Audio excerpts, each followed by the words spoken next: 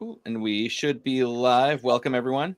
We're about a minute early, so as people are rolling in, feel free to say hello in the chat. We'll be monitoring that as we go through this conversation today. So as people are joining in, say hello. And as a bare minimum, it's fun to kind of see where people are tuning in from. So if you want to say hello and where you're watching from, that's always really fun.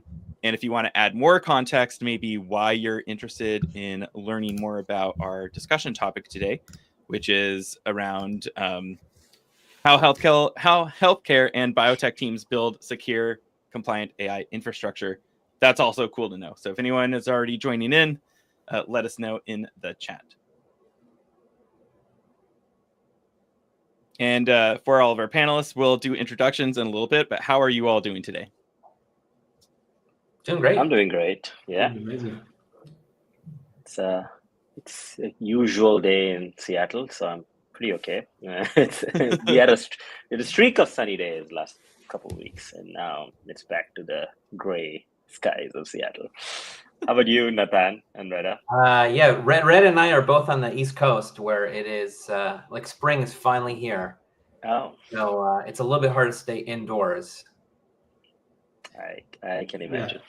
Yeah, absolutely. And Nathan is in Boston. I'm based in Montreal, and here all year long we're looking forward to this nice weather that we finally just got. Yeah, so that's true in Seattle too. Spring, and then who knows what'll happen after that. Yeah, what was it? The last week in Seattle was phenomenal, and this week feels a little more Seattle-y again with the rain and clouds. Yeah. Sorry, go ahead. Oh no, go ahead. No, I was just going to continue the banter on Seattle because it's always I saw someone said hello from India, and someone said hello from Missouri. Awesome. Welcome, everyone. We'll get really going in the conversation here in maybe just like 30 more seconds or something as people are kind of rolling in. Zach said, New York is finally looking like spring. The allergies are his biggest sign, which I get that too. That was like last month in Seattle. I feel like with the cherry tree blossom peaking. That's it's springtime over here. Which biotech company is attacking allergies? I'm just I hope they're calling in and we can help accelerate. And I'll have one last little question before we get going in here. Not to put you on the spot, Natan, but where's the best lobster roll in Boston? Because I'll be there next month. I'm the last person you should ask. Got it. Because I don't eat lobster. Fair enough. Well, if you know someone who does, let me know. Yeah, I'll send you some rest. All right, so I think we can go ahead and get started with the introductions here. Again, welcome everyone. Say hello in the chat. Say where you're watching from, and if you want to add more context around why you're interested in healthcare and biotech and building out AI infrastructure for healthcare and biotech, let us know in the chat. I'm going to do a quick introduction for our panelists that we have here with us today. We have Keithan, who's the CEO and co-founder of Union, which provides AI and ML development tools. We'll hear a little bit more about this before we go deeper into some of the other biotech conversations. And a lot of biotech and healthcare teams utilize Union to kind of build their AI infrastructure. Keithan is an engineer by trade, and you've specialized in building cloud infrastructure and AI platforms. He's helped launch early stage products in leading companies like Amazon and Citadel. I think there's quite a few other ones too that are not in this list. And was one of the first 5 engineers at the Oracle Cloud Infrastructure team in Seattle.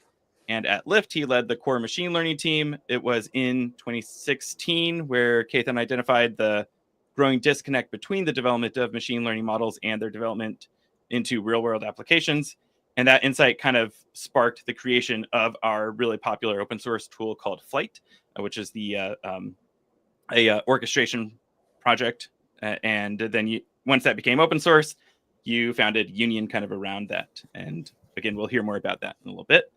And then we have Natan, who's the CTO of ArteraAI, where he and his team develop AI-driven tests that clinicians order to help them make decisions about cancer therapy. Really excited to hear more about how Artera is making cancer therapy more personal, and we'll hear more about that in a bit. Natan has spent the last 15 years working on machine learning, initially getting his PhD at NYU, then afterwards at Google, where he made significant contributions to the TensorFlow machine learning library, which, just as a note, I loved TensorFlow. I used it so much when I was getting started with machine learning, so thank you. Since then, Natan has led AI and engineering teams at several startups applying AI to healthcare, including Butterfly, where he led the development of real-time algorithms for Butterfly's pocket-sized ultrasound device, as well as PathAI, where his team developed AI models to accelerate drug development. And then, last but not least, we have Reda.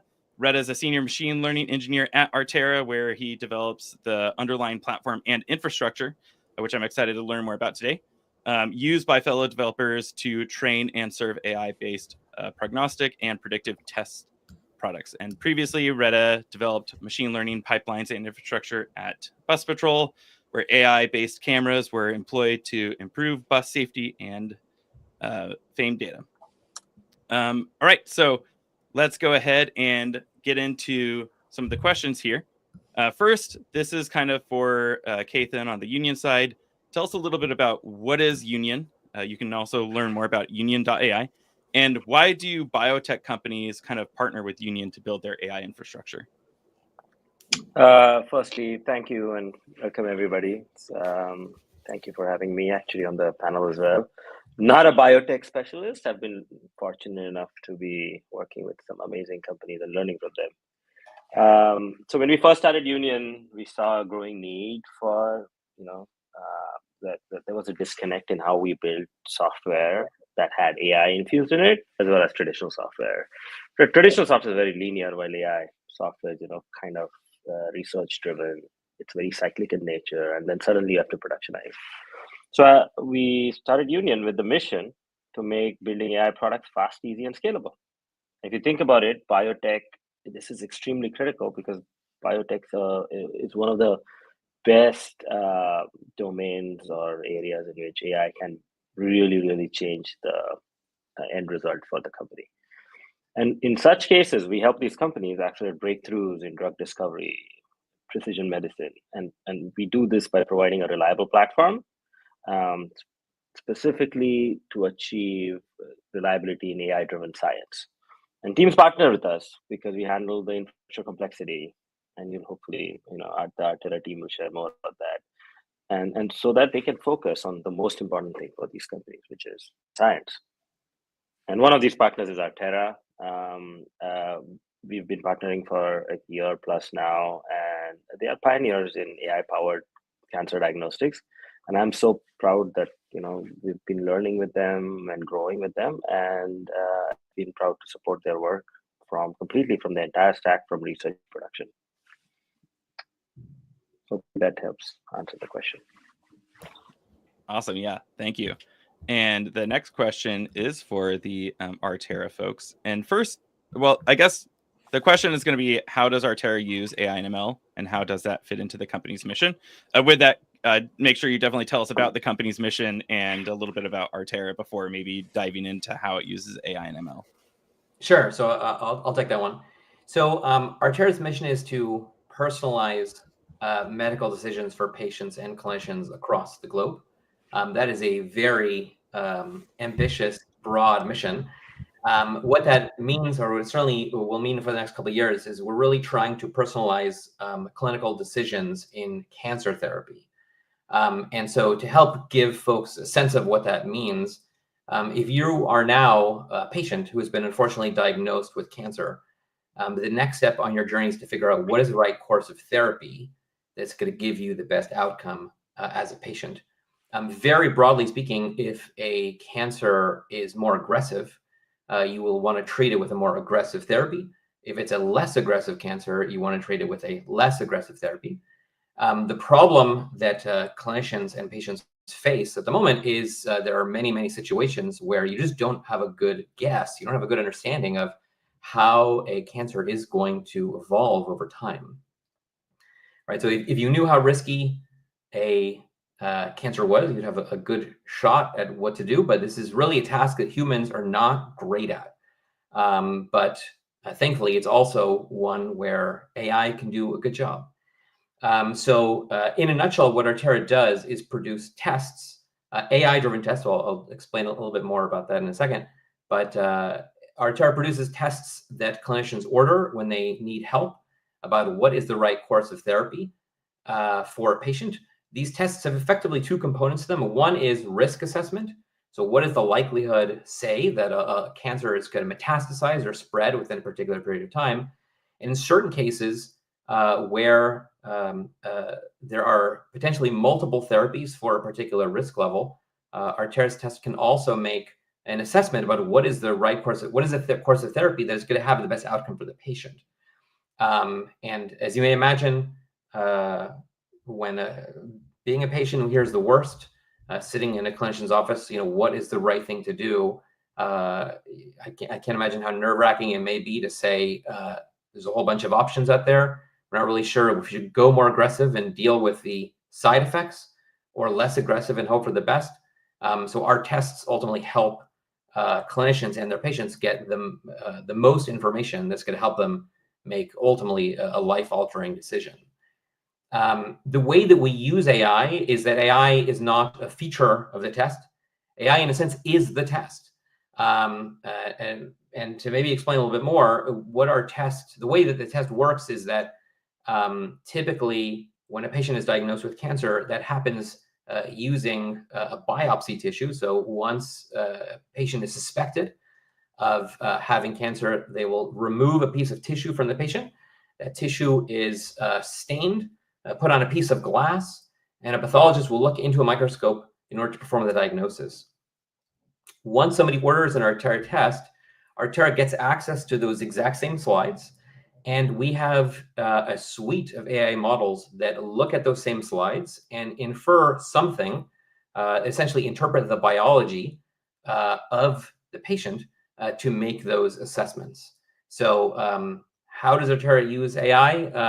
The answer is our AI tests read histopathology slides, interpret something about how a cancer will evolve over time, and then provide information to clinicians and patients about what's the risk level to the patient and what's the right course of therapy going forward.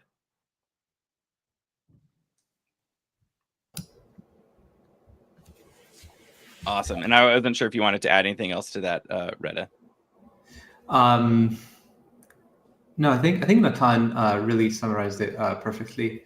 I would say from perhaps from a compute perspective, we're dealing with extremely large images that are we're talking gigapixel level here. And so when AI and ML comes into play, it really allows us to analyze these vast amounts of data in a way that is not possible for a human being. And so the first aspect here is that we automate this large scale processing. And the second aspect is that, well, we do it in the cloud, and we also parallelize it to large levels. And that's something that cloud and workflow orchestration platforms are really good at. And we'll talk a bit more about it as we discuss how we adopted Union.ai. Awesome. I may add a little bit. Like it's very true that I think. So I have a personal story itself. My mom was diagnosed with cancer, and I would really want something like Artera to just be available, so that it's so hard to know what's the right course of action is, and I cannot. And this is what when I said the number one application, we would not, as a humanity, we won't be happy if AI wouldn't help us in precision medicine and healthcare. Absolutely. So great mission, and we are so proud to be supporting. Absolutely. I also think piggybacking on Retta's point, I mean this is absolutely it's a very unique area, both because human beings are not amazing at doing this. Like it's what a fantastic application of AI, where AI is not trying to compete or replace humans in their roles, but it really just allowing them to do better. But also, to Retta's point, for folks who don't work on computer vision, typically in computer vision, you're dealing with small images. And just to give you a sense of the scale, we're talking, say, 250 by 250 pixels. Your iPhone might take larger photos, say roughly 1,000 by 1,000 Now we're getting big, although those tend to be downsized for computer vision applications. And when you're working in the pathology space, the way Artera is, you're dealing with images that are 100,000 by 100,000 pixels. These images are big enough that you don't squeeze one onto a GPU. That's one image. So these are computational problems. They're also problems that maybe explain what has limited researchers and clinicians in terms of interpretability or understanding here. Like, how do you find sort of a needle in a haystack signal looking at images of this magnitude when you have 10,000 of them, right? I mean, this is like, it takes longer than, it would take years for an individual to do this one pass. But it's really the perfect scenario where you want something like a workflow orchestration engine that is going to allow you to break up these just giant images into small parts that you then do some sort of local compute and then collapse that down into ultimately some set of final outputs. Yeah, that sounds like a challenging problem, which before we even move on to the next question, if that challenging problem sounds really fun for you to solve, I believe you're hiring, right? We are indeed. Yeah, we are. We're hiring across a couple of roles. I mean, one of them is in the space of actually distributing the test. So we talk a lot about machine learning. We still need a web portal to actually distribute the test across now multiple countries. So we have roles open on that side of things. Also hiring for our data platform, and then finally hiring on our infra side. So yeah, a couple of roles that I think we'll post. Awesome. And you can go find out more on Artera's website as well, which I think should be in the description at most places. All right, so we learned about this really cool challenge and really cool mission. What were some of the early architectural decisions you had to make to support kind of that workflow or mission? Ray, do you want to take that one? Yes. So before talking about architecture, let's look a bit at our constraints here at Artera when it comes to building these personalized AI-powered tests that we need to distribute globally. So one constraint that we have is that we need to allow our team to build a large number of tests. And so we need to really automate and streamline the process of going from development to productionizing a model. And afterwards, we'll discuss about how we not only productionize it in one region, but in multiple regions. And so talking about global distribution, we really need to be able to consistently distribute the same model in different regions at the same time. Or sometimes as well, we want to be able to know that version v1.0 is going to be v1.0 no matter what the region. So there is an aspect there of consistency and reproducibility that is very important in our space. One thing that I would need to highlight is that in our space, one product is almost never just one model. We are talking about compound AI workflows. If you're working in a different space, perhaps you just have a simple model that does one thing and only one thing, and that is one product in itself. But for us at Artera, given that we work with very large images, we need to break those images down into manageable portions. We need to pre-process them in certain ways. We need to create meaningful representations, so on and so forth. And all of these operations really create a workflow that is compound. And that is our third constraint here at Artera. And so with all of this in mind, the solution of a workflow orchestrator really feels natural to us. And for folks that are not familiar with what is a workflow orchestrator, a workflow orchestrator is really a platform that allows you to manage different steps all into a single entity that is called a workflow. And so one of the early architectural decisions that we made is really to commit to a workflow orchestrator, but the space has many different options, and we really needed to emphasize velocity, meaning our ability to build many workflows rapidly, but we also needed to emphasize global distribution and scalability in a way that is compliant. And we will talk a little bit more about that as we go on. So just to summarize again, really take your time in the very early phases, design your architecture, choose wisely, and then that's going to allow you to move faster on the long term. If I can piggyback onto that, for folks who don't work in the cancer domain, I mentioned, firstly, we have this very, very ambitious goal of personalizing decision making, across healthcare, certainly starting in the cancer space. Cancer is super, super heterogeneous. So it's not the case where it's like, well, we have a one product for breast cancer and one product for colon cancer. Like each one of these areas, already within cancer areas, there's a lot. Within any of those individually, they all break down into just tons of different cohorts of patients. Each one has their own characteristics. And in our case, really, each one has their own decisions that a clinician is trying to make for various patient cohorts.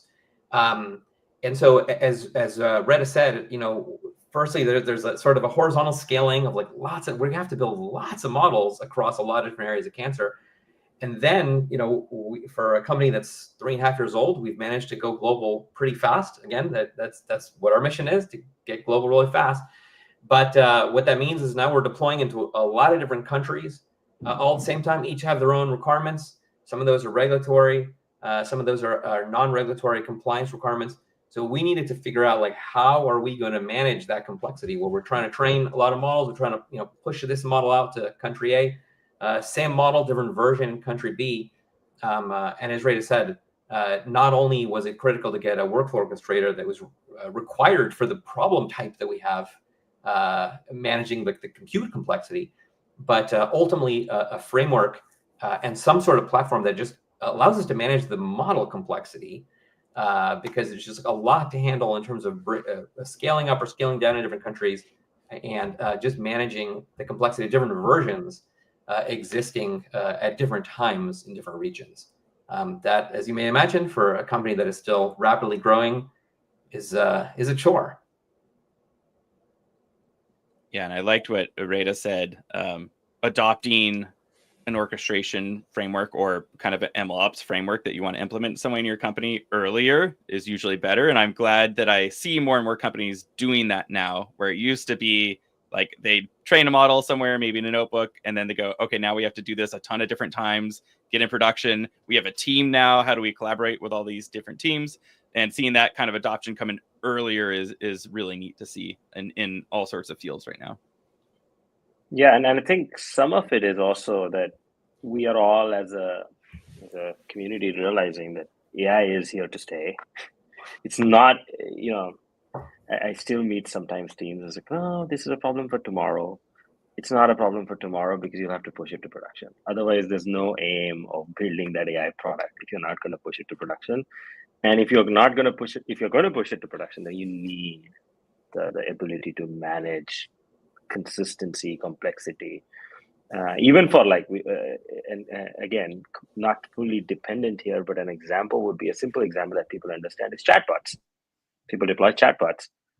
And I was asking somebody, it's like, okay, how do you update your prompts? And they're like, yeah, we just update, test it locally, and deploy it. That doesn't really work. The model may change underneath, the behavior may change, so you need experiments. So just by the nature of this way of building products, experimentation is to the key and the core. And so you need a different way of deploying and managing that complexity. And so thank you for explaining that, Nathan and Retta. Hopefully for the biotech audiences, this will make sense, but I wanted to bring in a very small, simple example. Even for chatbots, it makes sense. Absolutely.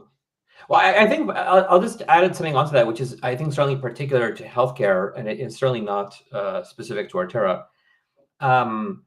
When you're deploying models, especially regulated models, there are requirements that companies should be doing, whether or not they are requirements, but they are also certainly regulatory requirements in terms of monitoring and tracking down issues as they have been surfaced. That often require that you're going to push out a new model. It's really not like you said, Ketan. It's not like, well, I tested this locally. It seems fine, right? If you're deploying a new model that's going to affect cancer care that's going to be rolled out to, say hospitals across the country, you really want to be really sure you know exactly what is going to happen the moment that deployment goes live. So you really want to be back testing your model and running some sort of simulation internally, so there are absolutely no surprises. And again, you could build your own framework for deploying such things. Is that the best use of your team's resources? Probably not. But I certainly think where in the consumer space, like maybe you can live without that. I think in the healthcare space, thankfully, there's a greater and greater appreciation that you really need to scale up your infrastructure to suit these use cases, because the impact is just enormous. Yeah, I just to add to it, like you could try and build it on your own. We've spent a decade building this. This was like, it's an extremely complicated, and our first tryst with it started with one of our data scientists or machine learning engineers when I was at Lyft. We built a model that was in production, and the model was built from his laptop, and he left the company. And it took us more, I wouldn't tell you the dollar value, but it's large dollar value. And more importantly, many, many months to even reproduce the result. Forget about improving on the state of the art, just to reproduce that took many, many months. And this can happen anytime. So I completely recommend bringing in practices that actually make it a discipline in the company and not a random science that stays on the side. So actually, that's such a great point in terms of like making it a discipline. And going back to, I think, like an increased adoption of workflow orchestration. One of the things that you get out of thinking about pipelines as series of individual tasks is it really encourages, I can't say forces, but it certainly encourages the team to think, yes, you have a very complicated product that you're building. What are the atomic units that are a part of that product?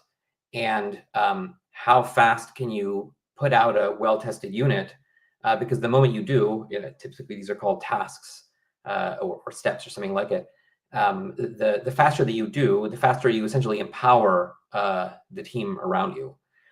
So I think that's really one of the nice things that you get from, again, thinking about things through the lens of workflow orchestration, is it really encourages the type of sharing that you hope teams are doing, but there's always kind of the opposing pole of wanting to move fast, doing things locally, things like that. Yeah, and one thing I'll also add is that when you break up the monolith into smaller pieces, you actually get cost benefits. Many people don't realize that. Just think about this: if you were to run everything on one GPU and use the GPU only 10% of the times, versus break into the CPU and GPU components separately, you will get massive advantages in cost. And that's one of the things that people see when they start using either our open source or our closed source platform. They're like, oh my God, my costs have dropped. And it's like, because we just forced you to think about the problem a little deeper. So yeah. Totally. And for the anecdote, if we at Artera here, before we adopted the workflow orchestration, we used to run things in containers, right? So a single workflow is not broken down. And one use case we had, which is validation inference, we would run one container to process huge amounts of data. And that would take a few days to process a cohort. But after adopting workflow orchestration, we can just parallelize the steps in the workflow and parallelize the workflow in itself. And so we reduce the turnaround time from a few days to just a few hours.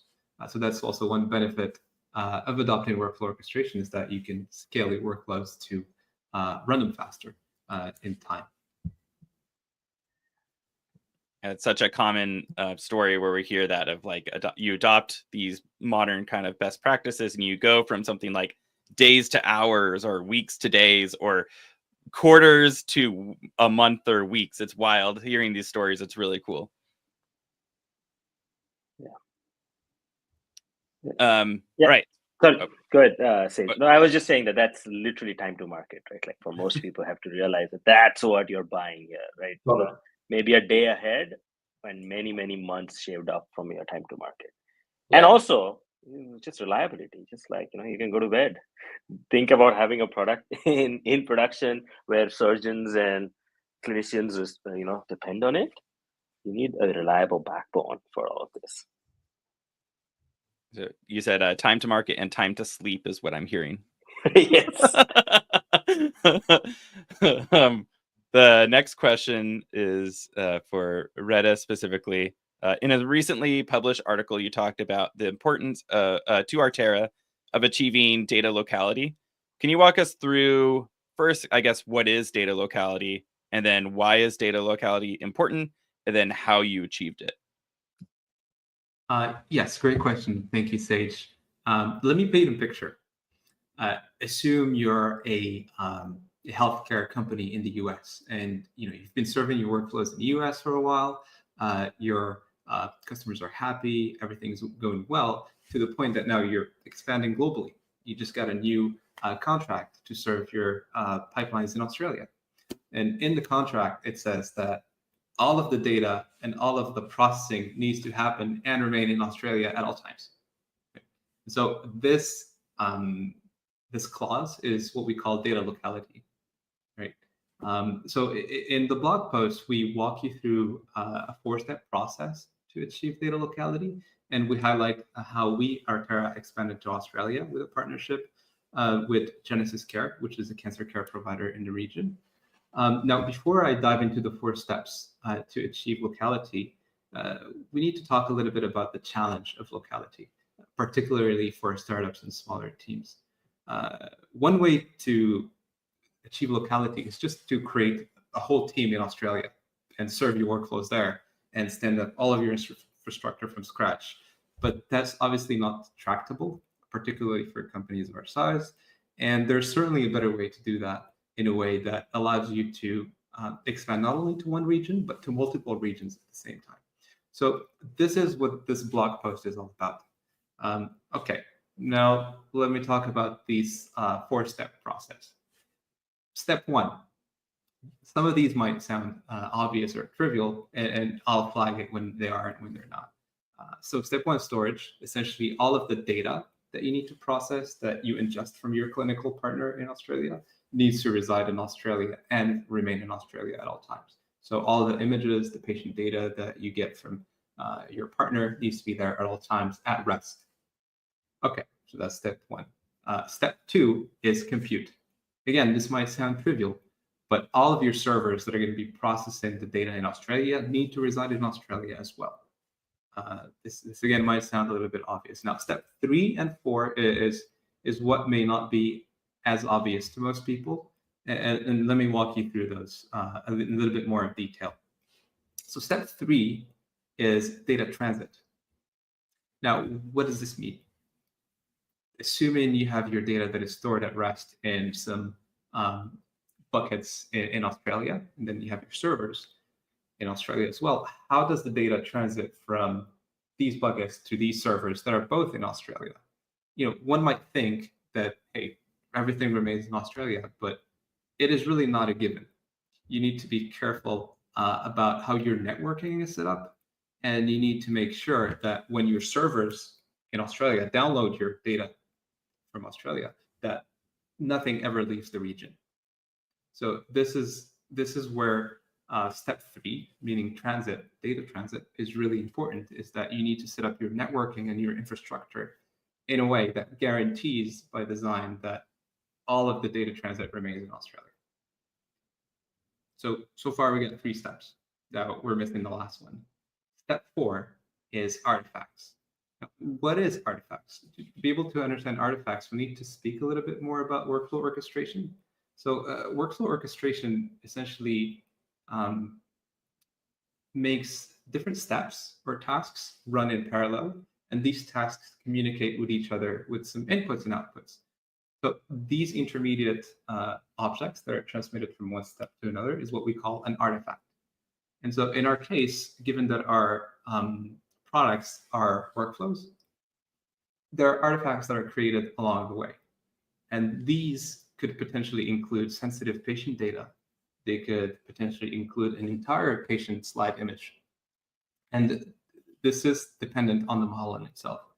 So to be able to ensure that your artifacts are produced and remain in Australia at all times, that's really step number 4. So let me just summarize again one last time. Step 1 storage, so your input data. Step 2, compute, your servers that are going to process your data. These 2 need to remain in Australia. Step 3, input data transit. All of your data transit needs to remain in Australia at all times. And lastly, step 4, all of your artifacts that are produced by your workflows, whether they're logs or they're inputs and outputs that are intermediate or even final outputs, need to live and move through Australia at all times. So that's really the 4-step process for data locality and that we talk about in our blog. It's a Medium blog. There's a cherry on the cake. Because if you remember what I said earlier, I said, hey, you could just stand up a brand new team in Australia and just do everything all over again. You could do this and respect the 4-step process, but it's costly. So the cherry on the cake, and this is also important for us as a small team in particular, is global and unified management of this infrastructure. What do I mean by that? I mean that we need a single place that allows us to create and manage regional deployments in a way that's easy, that's repeatable, both in one. And so that's the last section of our blog post, and we talk about what's called a global control plane. So a global control plane, you can think of it as a centralized command point that allows you to manage different regions at the same time. So that's what the blog post is all about, and the result here is really a fully compliant and scalable architecture at the same time that does not require you hire a new team in every new country and stand up infrastructure from scratch. May I actually, that's really wonderfully explained. So thank you, because I don't think many people understand when you say workflow orchestration, people think about a very high level concept of like just steps. Union, we perceive this differently, and this is where probably it separates from some other folks who do workflow orchestration in the traditional sense. In the traditional sense, it's business process management. That's what people used to do. In this new world of AI, we think about workflow orchestration composing of compute. And this is a key differentiator because you might need heterogeneous compute, like from CPUs to GPUs to so on. And I think partnering with our Terra team, what we've basically hopefully helped them is help them give the central command point, control point in the cloud environment and managing the distributed compute points that run the workflows themselves in different regions. And that way you can get full isolation without the data or logs or anything ever leaving those places, yet get one central place to manage everything from. And that's what we've been doing. But I wanted to quickly highlight the difference between just purely step-by-step orchestration where compute is still your responsibility. You will still do half of the things, not even half, like probably 75% of the complexity is in the compute side of the house. And then you know, the orchestration system can give you the 25% of the movement of the data and the steps. But many of them will also move the data through the control plane. We've made these explicit decisions that we'll never move the data to the control plane. We'll keep them in your data plane. So this gives most teams full resiliency and compliance capabilities in the same code. Yeah, that's a great point. I would maybe add 2 additional things. I mean, one is I just can't emphasize enough how easy it is to get some of these minor things wrong. You know, you can imagine, and it really doesn't matter whatever healthcare you're working in, right? So you have a complicated X-ray interpretation or MRI interpretation workflow. It has a whole bunch of components to it, right? So the first one's maybe doing some sort of quality checking, like, you know, is the X-ray clear? Is there smudges? Does CT come in without the patient shaking? And then there's maybe an interpretation step that comes after that, and maybe there's a couple different parts to it, right? So, you know, you can imagine taking some off-the-shelf workflow orchestrator. It's right. It's great, tons of features. One of those features is caching. So they're like, oh, this is great. No, we're going to cache your features for you. You can run your workflows a whole bunch of times. Where does the cache live? Right? I mean, it is like such a minor point. But if you're not thinking about this up front, about like what are all the different hops that your data is making, and these are ones that you don't necessarily own, right? If you're working with a managed instance, a managed workflow orchestration instance, like you really have to not just take care of all the code that you are writing, but really the code that you're working with in terms of your orchestrator. That's number one. And two, just to piggyback on what you were saying, Ketan, in terms of managing the compute. Yeah, I mean, I think anyone, I would think, who's working at scale, and this is both, let's say, in clinical healthcare deployments, so that's to say workflows that are processing, again, CTs, MRIs, pathology slides, that kind of thing, or in biopharma, where you have a whole bunch of different researchers running potentially very large-scale experiments. It's critical for your infrastructure teams to not go to 15 different places, to make sure that you're not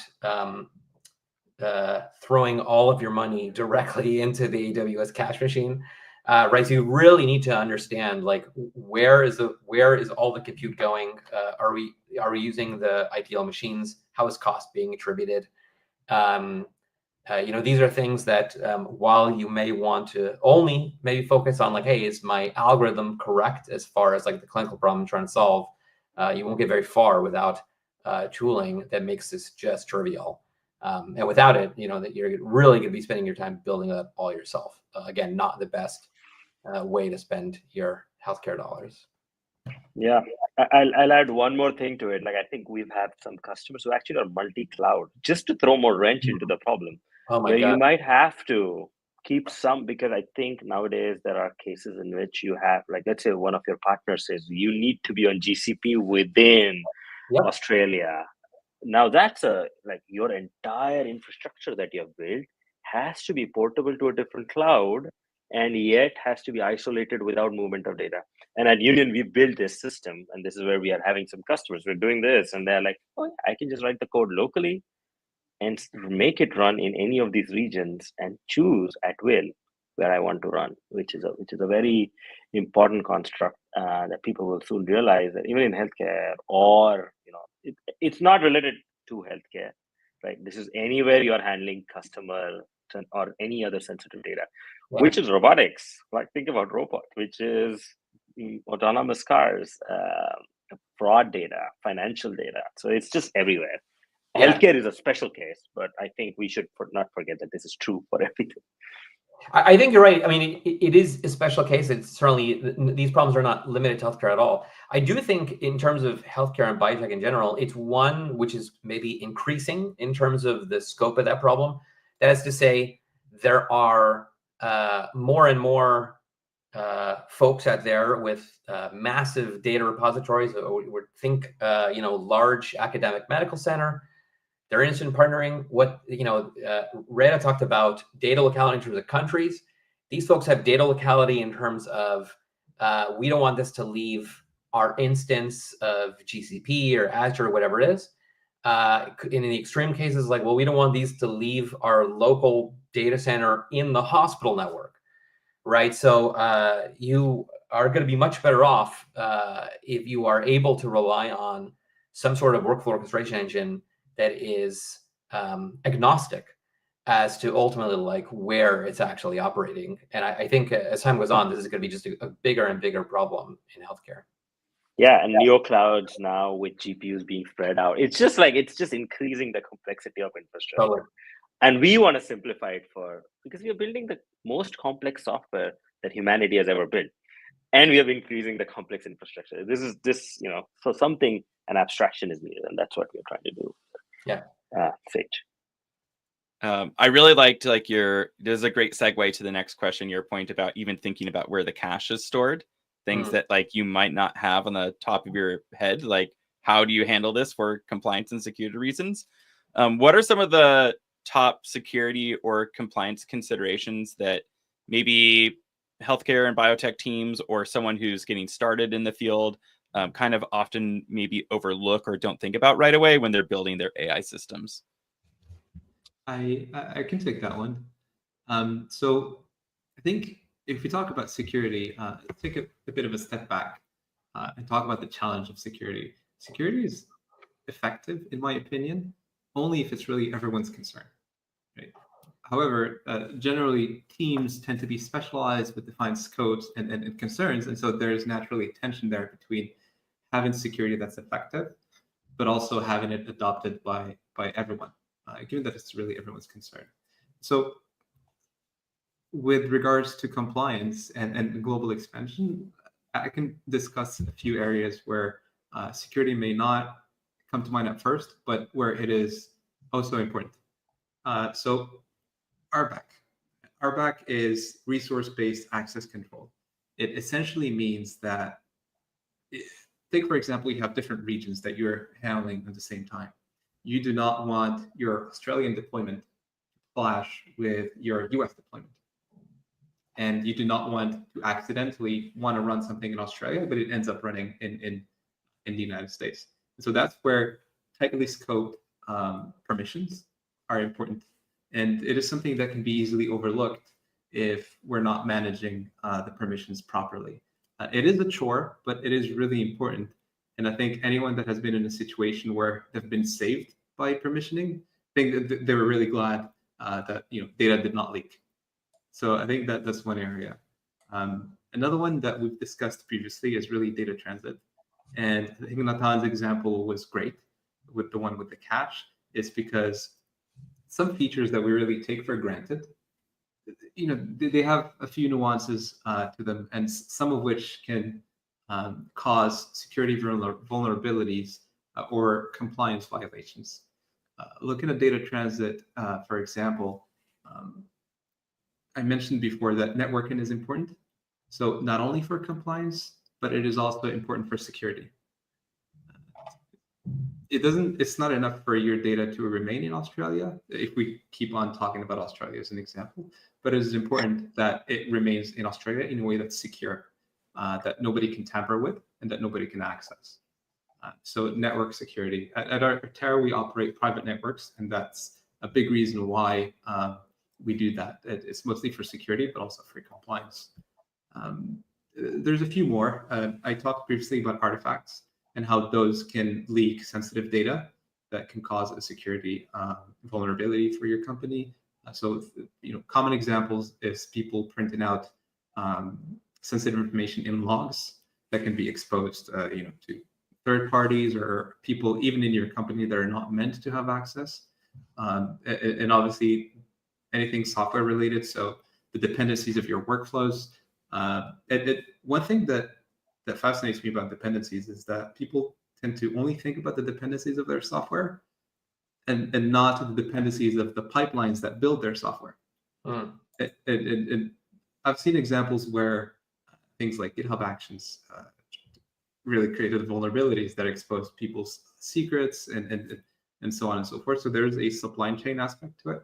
And I think the last one, and this is a very common one, is to just refresh your secrets, your passwords, your API keys, just rotate them such that you minimize risk of anything. If it's been leaked, that it will not be useful to whoever has access to it.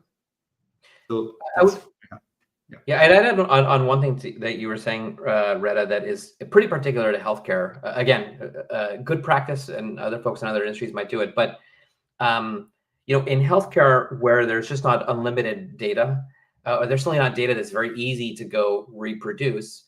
A lot of times, regulatory agencies and sometimes potential clinical partners, they really want to know that you have a model development team. They've done all the development on a development set, and they haven't actually been able to even access the validation set, right? Really easy to do, right? If you have access, obviously very alluring to, we'll just run evaluation once, twice. Let's just see what the numbers are, just so we know we're on the ballpark, right? There's an increasing desire to really demonstrate definitively, like we couldn't have even done it if we wanted to. And this is one thing that Artera does. So we have a really partitioned our data sources using RBAC, and that's built up, from S3 all the way through our workflow orchestration. So it's very easy for us to say, like, we have completely partitioned where any of this data can be accessed at all. And I think over time, again, there's just an increasing emphasis from regulatory agencies about points like this. And so it's not security in the sense of ensuring that attackers aren't attacking it, but it is related to RBAC and ensuring that even internal folks only have access to the right things. Yeah, and a lot of these are great practices for any industry as Absolutely. well. I'll add one thing just to, maybe for the audiences here. We have been, at Union, we've been focusing a lot on this aspect. And, if you have any needs, happy to jump on a call, share the entire architecture. Like nothing leaves your cloud in our system, including logs, secrets, containers, code. And this is painstaking to build. It really is painstaking to build, and we have that's where we are here as a partner. And it's been amazing to partner with the Artera team. Yeah, I mean, just to piggyback on that, Ketan, you alluded to what using a good workflow orchestrator will buy you was essentially like time to market. Artera is a 3.5-year-old company. We have products on the market now that are being used to help patients who have prostate cancer. We've publicly announced products coming out in the breast cancer space. And when we tell people that we have, only in 3.5 years, we have multiple products in the market across multiple countries, people cannot believe it. And I genuinely do think a good chunk of how we've been able to move fast is that we have found a reliable partner ultimately that has really helped us abstract away the part that there are world-class experts that really know how to build good, reliable workflow orchestrators that serve our products at scale. And that's really allowed us to really focus on the algorithmic part, the area that we really know best. Appreciate the kind words. Yeah, it's so cool to hear that from people using Union. And I know we're almost at time, or maybe even slightly over time of what we had on your calendar. So I have one more question for you. But while I'm also asking that question, I want to open up for anyone watching. Feel free to ask questions in the chat as well. And the last question I'm going to ask you for everyone here is, what's one practical takeaway that the attendees can bring back to their teams today to start talking about, or some sort of implementation that you think could improve their lives, or maybe time to sleep? You want to take this one, Reda? Yes. I think it was mentioned earlier, is adopt workflow orchestration earlier than you think. I think that's one practical takeaway. Taking it maybe a step back is, don't be shy to invest early, because that's going to save you time on long term, allow you to keep moving faster. I think that's really one practical takeaway I think is important for the audience. And I think for us at Artera, like Nathan said, it's been a good, like, it's been a great enabler for us to keep moving fast. I think one thing I'll add is, sorry, Nathan, why don't you go ahead? And then I would say, very similar to Reda, is it's really important. When you're working in healthcare, you really can't, it is not a move fast and break things type of field. But you really do want to move fast, right? So there is a push and pull between really wanting to move fast, but wanting to do so, in a safe way. And the tricky bit, or the thing to really focus on, is to ask yourself, what are the big, heavy, costly things that are going to take a long time to build? Maybe we're not necessarily experts. But what are the things that we should invest in early on that, even though they may slow us down in the short term, are actually major accelerants in the long term, right? So in healthcare, I mean, some of that for sure is in the infrastructure pieces, right? And that's what Reda just mentioned. Like, we invested early on in converting ourselves to using workflow orchestration. Huge unlock for us. The other thing to think about, especially for folks who are working in healthcare, clinical healthcare, maybe slightly less so in biotech, is you're working in this highly compliant space, highly regulated space, a lot of documentation to produce. What can you automate there such that you're not constantly dragging on those tasks, those burdens, as you continue to develop new products? Again, it's a hard thing to do. It certainly takes discipline, but trying to invest early is just sort of like, going slow to go fast, is to make those sort of early investments such that you get the velocity that you would like to, or maybe you're accustomed to if you're joining from a non-healthcare space. that allows you to have both high velocity in clinical care while still remaining safe in terms of patients, low risk, and then obviously compliant. Yeah, that's a great point. I think velocity means innovation, and innovation really feels daunting to some folks because moving fast is hard sometimes. But to stay competitive in today's market, you have to continuously innovate and move fast. And this is, but an important thing to understand is that you're not alone. We are partners. We are here, happy to help. We are not going to be able to solve the problems of like cancer and finding new drugs and so on, but we'll definitely help you solve the problems with infrastructure and make it more reliable and make it a discipline in your company. And this is where partnership is fantastic with companies that do amazing work, and we want to continue doing more of it. Awesome. Amazing answers, everyone. Thank you so much. And thank you, Kathan and Natan and Reda, for joining us today. It's really cool hearing more about all the work Artera is doing and how Union has helped, increase the speed of how you can get things done. It's always just so cool to hear that from customers. And I'll just open up again. If anyone has any questions, now is a good time to post them in the chat. We're looking at it. And then also, before everyone leaves, we also have a survey if you want to fill out. There's a QR code here that I'll share on the screen. I'll also share the link again in the chat. There's, I think, just like 2 questions and your name, basically. So it should be very quick for you to fill out. And you can win, or you get a chance to win a $100 gift card to Amazon, I believe, as well. So we'll wait a minute, see if there's any other questions in the chat. But really want to thank everyone for being here, for everyone who tuned in, but also especially for all of our guests today. It's really, really cool to hear. I know there's still quite a few people watching because I can see the number. So somebody should say something in the chat. Or if you don't have any questions, you could also just say hello. It's fun seeing other people on the end of your live streams. So Debbie said, thank you for the great information. Awesome. Thank you, Debbie, for posting. Yeah. And if you're shy, don't, you can DM me directly too later on. No problem. Yeah. I think there should be links for finding everything out about Artera and Union as well. So if you want to connect with anyone here and ask us any questions later or ask them any questions, you can certainly do so as well.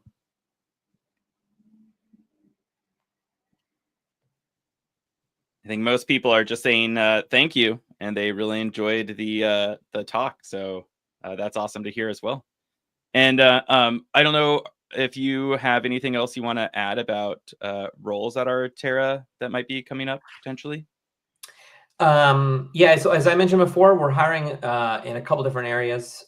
One on the full stack side. So we have a team of full stack React and Python developers who are building the patient portals that clinicians use to actually put in orders. We also have roles open now and in the future. Continue to scale up the team that Reda works on. So we're actually building all this fantastic machine learning infrastructure that and we collaborate very closely with Union on. And then finally, in our data platform, we talked a little bit before about the scale of images that one deals with in histopathology. Gigapixel size images.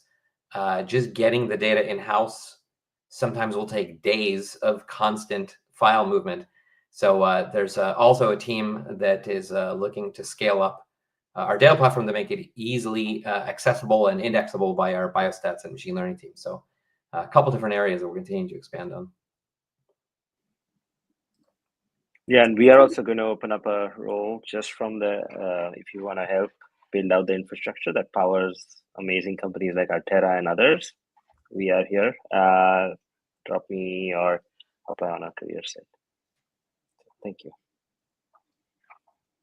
And we have a pretty active Slack community that you can join. And we often post jobs in there too when people are looking for like flight or union experience. Or any other jobs, but we have a Slack community. If you go to Union.ai or flight.org, you'll see the join Slack button and you can say hello there.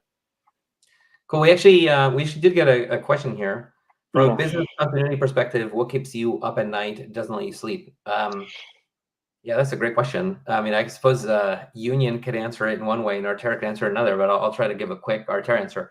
I mean, this is, planning for worst case scenarios as far as business continuity. I mean, that's certainly like a major task that like the technology org at Artera takes on. And we do think through like full scenarios.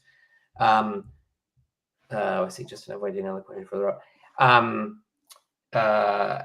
Thankfully, what I would say is much of our infrastructure really resides on some very rock hard and highly redundant infrastructure underneath it, right? So we are an AWS shop, and all of our production serving actually does rely on Union, which we feel very, very good about. So that actually, we don't spend too many times late up at night worrying. But we've been pretty intentional about making sure that there are very, very few areas that we personally own or are ultimately the ones holding the pager at night.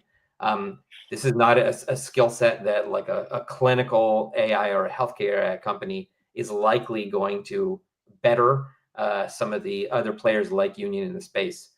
So just from a business continuity perspective, like we spend a lot of time evaluating a lot of different potential partners and think we have found ones that have really solved the problem for us in terms of the kind of redundancy we need to ensure that we're just continuing to operate even in the worst case scenario. Kitten, I don't know if you guys want to talk about your redundancy or reliability. Our continuity really is the trust of our customers, really, and we need to uphold it consistently. Every decision we make has ripple effects, and we consistently try to evaluate them. Sometimes it makes it do extremely hard things, but it's the fun of building a company that is a platform for other companies to do amazing things on. And so you have to make those tough choices when you're building a platform. And continuity here for us is in different dimensions. Basically, when the trust of customers helps us the most. Awesome. Thank you, everyone. And sorry, go ahead, Ketan. I don't see the other question. We did answer the question. There's sometimes a little delay. On our side, the confusion is we see LinkedIn user on the stream thing, so we didn't see the name, but we answered her question. We did. That was the question we were answering. Well, thank you, everyone, so much. Again, if you have any questions, connect with us in all the different places and ask them there. Thank you so much again to all of our panelists for being here. This is a really fantastic discussion. Sounds like people really enjoyed it as well. So I think we're gonna go ahead and end the live stream. But everyone, stay connected. Ask us more questions later, and check out what Artera is doing. They're doing some amazing stuff. Go work for them if that sounds interesting. The problems they're tackling and their mission is so cool. You should definitely check them out. Please do. Thanks, amazing. Thanks, guys. Yeah. Thanks a lot. All right. I'm hitting end on the stream. Sometimes there's an awkward pause while we end the stream. So